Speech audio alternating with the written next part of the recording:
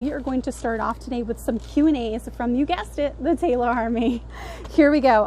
Someone on my YouTube asked me about the superplex as a finisher, whether or not I like it versus not liking it in deference for a more they said transitional move.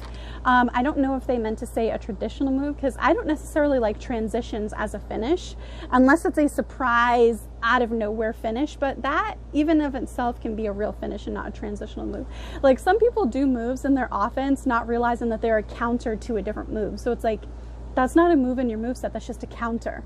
But I guess that's like really old school way of thinking. You know, there's so much old school psychology and thought processes when it comes to wrestling. It's really ingrained in my brain and in my soul. And I think I really tried to stay true to that throughout my career in wrestling, while trying to elevate and adapt to whichever company I was in or which type of crowd I was performing for and so forth. And I struggled with that a little bit until I went to Canada. And Canada really helped me elevate and update my style, because the typical OVW style doesn't work in every aspect of all the independents, because every section of the independents has its own, you know, personality, so to speak. It has its own style, its own flavor of ice cream, you know. So it was really, really cool to kind of use all those tools from OVW and kind of morph them into my own that I could take anywhere. And that was really, really amazing. And the only place that I got that was OVW, and then I was really able to hone it in Canada. So for the superplex, I don't know if I mind it as a finisher, but do I think that that's a finisher that you could do with everybody? Probably not, because not everybody is comfortable with that. So definitely have something else in your pocket. But am I going to, you know, degrade somebody who does it as a finisher? No. Like I said, different flavors of ice cream. Let me see here. Do I have a trick for dealing with argumentative people or fans? Yes, I do. And this actually stems back from a bullying story that I've talked about on this podcast and on my YouTube channel and in some interviews that I've done with Mama Hendrix, my mom. It all goes back to when I was bullied my entire life, from the time I was old enough to go to preschool, and even before that I was being bullied, and I got bullied all throughout elementary school, junior high, and high school.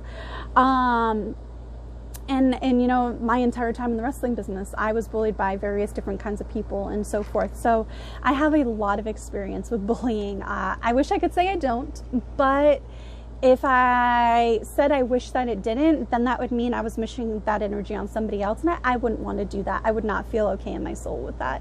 I wouldn't wish it on anyone, so I will take it instead of, you know, trying to place it somewhere else. And so my mom actually told me, and I thought she was nuts when I was a little girl, she was like, you know, just tell your bully thank you very much and have a nice day. And I thought she was so crazy. I was like, Mama Hendrix, that's so stupid. Like, that's not gonna work. Like, you know, when you're a kid, you think you know better than everybody, right? Well, fast forward, that is one of my favorite ways to deal with uncomplimentary people, is I give them a sincere compliment. And that throws people off. They don't necessarily know what to do with that, because they're expecting somebody to argue with them. And I don't have the time to be arguing with somebody because they want to argue. And like I said, you know, in the intro to this video, this episode of the podcast this week, you know, I don't have time to be convincing everybody in the business of who I truly am, instead of who everybody else in the business needs me to be for their own ulterior motives and their own insecurities and so forth. I just don't have the time. So either you see who I am or you don't. And either way, you're right, you know? So for me, as an adult, it was really, really funny, because it took me my whole entire life to realize the wisdom that Mama Hendrix was trying to instill within me when I was starting around 5 years old. Like, I just didn't get it. I don't think I had the life skills and the comprehension to understand the gem that she was really giving me of thank you very much, have a nice day. And so one of the ways in which I have several different ways in which I deal with, you know, argumentative and negative people, but one of them is to give them not just any old compliment, but a sincere compliment. And it's usually, I hope your day gets better, or I don't know who you're angry at, but I hope you have a great day. You know, something like that, because, you know, people don't really know what to do with that, you know, and you can just leave the conversation after that. You can put down the phone, or, you know, close the laptop, or, you know, walk away from the conversation if it's in person. You know, people just don't really know what to do with that. They really don't. And it just really exposes them as the aggressors and the manipulators, because they failed to rile you up to get the emotional reaction that you wanted, that they wanted, I should say. Because don't forget, when someone's trying to be aggressive with you, when someone's trying to provoke you, antagonize you, rile you up, frustrate you, they're trying to get you emotional. And when you're emotional, you are irrational. You do not think rationally because you are emotional. All right, you're feeling your feelings, you know. So the best way to stay in control and to stay calm is to not buy into it, you know, and to just say, hey, I hope your day gets better. Or, hey, I don't know who you're mad at, but I hope you have a great day. You know, like, they just don't know what to do with that. So that's a trick that I really hold near and dear to my heart. And I really, really kind of give a lot of credit of that to Mama Hendrix, because she really tried when I was a little kid to instill that in me, and I just didn't get it until I was almost 30. Let me see here. Was there anything preventing me from starting my career? Well, what's really, really funny is Mama Hendrix tried her hardest to stop me from entering the wrestling business. I tried when I was 14 years old. Because I saw a commercial for a wrestling school that was in Rhode Island, and I was born and raised in Massachusetts, so that's not a very hard drive to do. It's actually faster to get to Providence, Rhode Island than to Boston. When I was growing up, it was a shorter time frame. But anyway, messaged the school, found out they started taking people at 14. I saw them for a commercial on TV during, I think, a taping of SmackDown, right? So then when I'm 15, I think 15 is when I got to see one of my first live events. And it was, I believe, SmackDown at the Dunkin' Donut Center. And they were handing out flyers to that exact same school. So then I tried again. She said no. Tried at 16. She said no. And then at 17, she kind of gave up the fight. And I went to a local school in Massachusetts to start off. And a couple of years later, I ended up going to that school in Rhode Island. So it's really funny how that comes full circle, but she really did try. And you guys are gonna like make me cry. This story I've never actually told, and never in my whole career. I've been in the business for over half of my life now, because I started when I was 17. And I have never told this story, so this will actually be a Talks with Taeler Hendrix exclusive. I lost my grandfather and one of my aunts in the same week, so within the same 7 days of each other. That was a really rough week. It was around the time that I was starting my wrestling career, and in case you guys didn't know, I absolutely adore my grandfather. He is not my biological grandfather, but he is the grandfather I grew up with. I adore. He was and always will be a man's man. That's why I do not agree with women who try to take masculinity away from men, because I personally believe that part of being masculine is knowing how to love a woman. And my grandfather loved my grandmother. He did. He was head over heels for her. And my grandfather's a hero. He is buried at Otis Air Force Base, and you know, he had the gun salute, and they folded the flag at his funeral and presented it to one of my older aunts. And he was just an amazing, and still is in my heart, an amazing, amazing man. Like, he fought for this country before he was even 18 years old. My grandfather saved lives. You know, whenever I would watch Grey's Anatomy and Derek Shepherd would say, "It's a beautiful day to save lives," like that, like, you can see my eyes are watering up, because it reminds me of my grandfather. You know, my grandfather was in a medical unit in Korea, and he served during the Korean War, and he saved lives. My grandfather's job as a miner, you know, he went into the military because it was just him and his brothers. His mother had died. Their father had left their mother years prior, and my grandfather was the youngest of all the sons. It was just all sons, and all of his brothers had went into the military, so the military granted him permission to go into the military with them so he could be with family, because he didn't have anybody else. And my grandfather saved lives. So whenever I hear "it's a beautiful day to save lives," I think of my grandfather.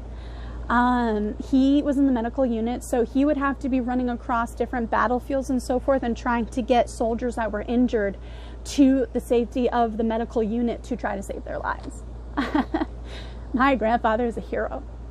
My grandfather is a hero. And he is absolutely amazing. He is a man's man. He used to walk me to get fish and chips, which is one of his favorite things. He used to walk me over to like playgrounds in the city, and he was awesome. He was so amazing. And when he died, that was really hard for me, because he was a semi-pro boxer, and he was one of the few people that was like, oh, you know, he used to call me by my middle name. And he would always be like, oh, you know, he just would have loved seeing me wrestle. He would have loved that, and he never got the opportunity. I remember being on a field trip right after he died, and I didn't even have money to be in the gift shop. And it was just hard, right? So I was really into my feelings, dealing with those two losses at a really pivotal moment, because I was on the cusp and or just starting my wrestling career. I was a nobody. I hadn't been discovered yet. This was so early on. And a lot of people don't know is because of him, I actually almost went into the military. And if that would have happened, I would not have started my wrestling career, because as soon as I graduated, I would have followed with some of my friends who did go right from graduation to the military. One of my friends, Alex, he did that. And I was potentially going to do the same thing. I actually, without telling my family, I took the ASVAB. So I had military recruiters like contacting my house, and I aced the ASVAB, and I was looking into basic training and all these other things. And so there was a good chance that there wasn't going to be a Taeler Hendrix before there was even a Taeler Hendrix, because I was going to follow in my grandfather's footsteps and try to honor him and the man that he was, and the type of person that integrity driven that I wanted to be, I guess I would say. And that really would have prevented my career. And I ended up not doing it, and I ended up finishing high school and getting my, I got to do my graduation and all of that, just like everybody else. And I ended up going off to college. And while I was in high school, I had already started my wrestling career. I think what drove me to not do that in his footsteps was because I saw all the PTSD that he had to deal with. And a lot of the shots to the head that he took actually gave him a mental disorder on top of PTSD that he really suffered from later in life. And so I thought really long and hard about that decision. I thought that, if my grandfather could talk to me, which obviously he couldn't, but I felt in my soul that if he could talk to me, he wouldn't want me to do that, because he wouldn't want me to end up with those same repercussions, I guess, of service. And so that's why I ended up sticking to my guns from the paper that I wrote when I was 13 years old about all my life goals, and I stuck with that. And today I've accomplished almost everything on that 13-year-old piece of paper, from when I was 13, I should say. So yeah, that was a really big moment in my life that almost prevented me from ever becoming Taeler Hendrix. It was my grandfather, and him being an amazing hero, and just being the kind of person that I always wanted to be someday. He was so loving. He was actually how I got into college. I wrote this narrative essay that described my grandfather reading me Green Eggs and Ham at night before I would go to sleep, because I grew up in a haunted house, so I was always scared to go to sleep. And so that he helped me get into college. So in a weird way, even though I wanted to honor him in his same footsteps, I think he steered me into becoming the Taeler Hendrix that I am today, because he helped me, he inspired me in my wrestling career, he inspired me in life, and he inspired me and helped me get into college even without him being here. So to me, that's super special, and that will never leave my heart, ever. It's always a beautiful day to save lives. This question is a good question, but it kind of pales in comparison. Do I paint or do anything creative? After such a long, I do paint, but I paint ceramics. I grew up with my mom, who's a very creative person. She can draw, she can paint, she can sketch, she can sew, she can crochet, she can knit. Like, she's amazing. Mama Hendrix is amazing. I do creative things. Obviously, you guys know I'm an author, and I'm an athlete, and I'm a teacher, and all these other things. But yes, I do paint. I just don't paint very well freestyle. I do not. I tried one of those acrylic dot painting things. From far away, it looks cute, but up close, it's a big old mess, just like they said in Clueless. But I'm really good with ceramics. I love painting ceramics. That's really fun. And I can crochet, and I can cook. I love to cook, and I've crocheted blankets and things. So, and I can sew a little bit as well. So those are some creative things that I can do. Can I draw? Absolutely not. I can draw a fish, which was one of the inspirations for Trish the Fish in my second book. That's about it. I cannot draw. Alrighty, let me see here. Concussion. Somebody wanted me to do more about concussion. So I actually did some counting, and I believe I have 8 concussions. My first concussion was in a training class where we were working out in a 6-sided ring or whatever. You know how like TNA used to have, was that 6 or 8 sides? I can't remember. But I was training one of those, I think in Rhode Island or in Massachusetts. I can't really remember where. And we were doing this drill that had to do with running the ropes while another person does a leapfrog over you. And I think it was part of a 5, 5, and 5 drill, if anybody knows what that is. Well, this kid was put into wrestling because he had anger issues, which, I mean, it doesn't change anything or whatever, but just a little backstory. And he didn't really understand how powerful he was, especially when he's enraged and, you know, stuff like that. So he had a lot of behavioral issues, and he was over 6 feet tall, over 200 pounds. So he's a big guy, you know, and so he really needed some way to channel that sort of energy into something constructive and positive and stuff. And for a lot of people, that's wrestling. And so this is the person I was paired up with for this drill.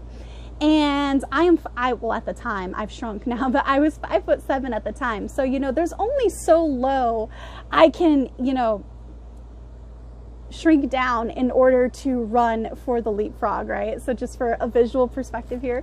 So my first concussion, he's supposed to do the leapfrog and I'm supposed to go underneath him. So we're supposed to go like this, right? Well, that did not happen. Instead, he came down, he barely jumped, and I couldn't scooch down anymore because I still needed to move, you know, underneath, right? And his whole body came down onto my head, and my head went into the mat. So that was my first concussion. One of my friends at the time, who was also in the training class, actually drove me to the ER, and he told me that I was like talking to these like imaginary like grasshopper people that were living on the side of the chair. That's what he told me. I don't remember any of it. But that was my first concussion. My second concussion was at an indie show. I was about only a couple months in. I was in a mixed tag match. So it was a girl and 2 guys versus me and 2 guys. No, it was just one. Oh, okay. It was a tag match, not a 6-person. So it was a guy and a girl and me and another guy, right? And before the match, we had practiced a Frankensteiner off the top. I think this is the instance where I figured out I'm kind of not going to be Lita. It was kind of like one of those, you know, self-realization moments of like some of your limitations, like, oh, let's not be stupid. That was one of those moments. So we did the Frankensteiner before the show. Everything was great. Off the top rope, it was awesome. So in the match, I'm on the top rope. I jump. I land on the guy's shoulders. I sit on his shoulders like I'm supposed to. He was a really tall guy, too. I'm really surprised he didn't make it a lot farther in wrestling because he really did have a lot of the tools for it. He had the build and everything that WWE looks for. But anyway, and he just dips me like this. Like he pulls me up and dips me on my head. So my whole body goes. And my partner at the time was like, get up, you got more spots to do. I'm concussed out of my mind. So that was the second concussion. My third concussion came from probably one of my scariest concussions that I still deal with the aftermath today. So what happened was a girl got me sitting in the middle of the ring with my legs out in front of me, and I'm sitting up straight after I've taken like some sort of like snap mirror or something like that. They sit you up because that's the proper way you're supposed to land and then sit up. And then she's behind me and she kicks me right at the base where my skull meets my neck, right at the upper cervical area. I went paralyzed from the waist down. I couldn't feel anything. Everything went black, and then like shards of like broken glass rainbow colors is how I guess I would describe it. And while I'm coming to the realization that I can't feel my feet and I can't move, comes the realization of, oh shizit, I'm feeling my brain move and I can't do anything about it. Like I literally felt this thing in my head go. So what happened was she kicked me from behind. The velocity of that pushed my brain forward in my skull somehow. And then it hit the front of my skull and came back this way and hit the back of my skull and then went like this and kind of settled back in. I could feel all of that happening while I can't see, and then all of a sudden it's flashes of colors and I can't move my feet. Well, she does that exact same thing in the exact same spot again, right there at the upper cervical part where your skull meets your neck. And all the same symptoms happen all over again. And the last thing I feel is my brain going like this. That was a really, really awful, terrible, would never recommend doing that ever. And I didn't even want to do it to begin with. I was wrestling a veteran. That was awful. That was awful. Another one of my concussions, I was wrestling a guy at a tryout seminar that I had paid to go to, and he's awesome. I still have nothing but respect for him and his wife and the family they've made and all the goals and things he's accomplished in the business. This isn't hating on him at all. I still have tons of respect for him. He was actually at my WWE tryout and got signed, so like he'll always have a special place in my heart. I was wrestling with him, and he was treating me like he would a guy, which in wrestling as a girl, you're taught that when a guy does that, it's respect. But a lot of people have very mixed feelings on that. Well, he came and did a big running knee to me in the corner, and it got me so hard in the face, it just knocked me the heck out. I didn't get to finish the seminar that weekend. Anything physical related. Another concussion I got was at an indie show in Ohio. This really awesome Canadian chick, she had so much ups. When a lot of girls say they do a crossbody off the top, they don't really got that longevity like a long dart. They just really don't. They just go bloop. Well, and that's what I was expecting. But this girl, man, she took off like a long dart, and I was like, holy crap. So then I had to like sell backwards to make sure that I could get her for it, and we come down together. Well, my pedaling backward and making sure I caught her snug so we could bump together ended up with me going boom and hitting my head, backlash against the mat, which is partly on me. I should have been like, hey, like how far out? So ever since then, I was always like, how far out do you go? I never assume that anymore. Never. And I had a whole nother match later that night. I had 2 matches on that show, so that was kind of rough. Let me see here. Another concussion I had was at ROH when I got hit in the back of the head with a steel chair that I didn't know was coming to my head.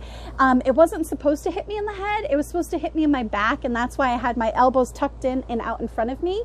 And Mandy comes down from behind and hits me in the back. And the way you're supposed to do that so you don't shatter your elbows is to tuck your elbows in and have them out in front of you. And so that's what I did. And I'm on the outside of the ring with my own chair.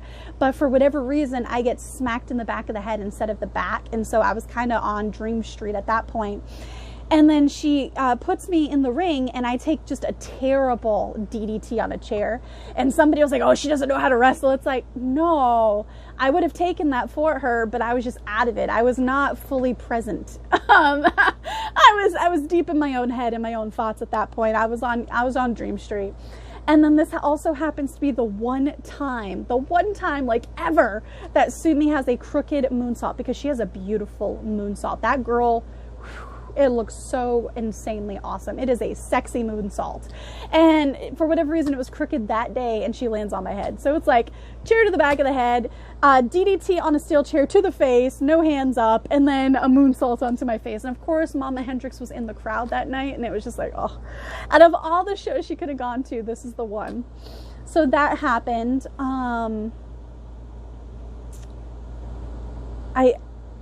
Oh yeah, and then there was a concussion that happened in California where I had a girl in a front face lock, and I grapevine my legs around her waist. It's kind of like a grappling sort of thing, and I have her like this, and I have her head down in here, front face lock, grapevine around the waist, and she turns it into a Northern Lights suplex from that position.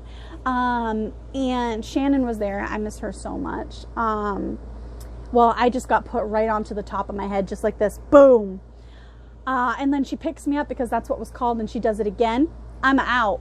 I don't remember a darn thing for at least 8 minutes. We finished the match exactly how we called it. I have no idea, because I was out on my feet. I have no idea, but I've seen some of the footage, and we hit the time cue and everything, because it was a contest. The whole show, it was like a women's tournament thing, and we had to hit a time cue for her to hit her whatever her finisher was at the time. That was really bad. That had me speaking gibberish, and I had to go on a plane to WWE the next morning. I had to be up for 3 days. The concussion was so bad. I did everything that you're not supposed to do, but I really wanted to make it to WWE that day. It was really, really, really bad. Really bad. And there's a couple more too that I think I'm forgetting. But yeah, when you have any head trauma, I mean, it could even be just one. I saw somebody live get a concussion that resulted in a hematoma, which means swelling and bleeding in the brain. That was terrifying. That was really, really scary. And that's kind of a waking nightmare of being a professional athlete that a lot of people don't talk about, but they have so much more research now that links it to Alzheimer's, dementia, schizophrenia, chronic CTE, chronic concussion syndrome, all kinds of things that really affect your mental health, with depression and mood swings and anger issues and rage, and And it also gives you these deficits over time where it affects your problem solving skills, your memory skills, your comprehension and communication skills. That's why keeping your brain very active, especially after trauma, but even just in general, is a good rule of thumb, along with eating certain types of foods that will help the best way you can to prevent things like dementia and Alzheimer's and things like that.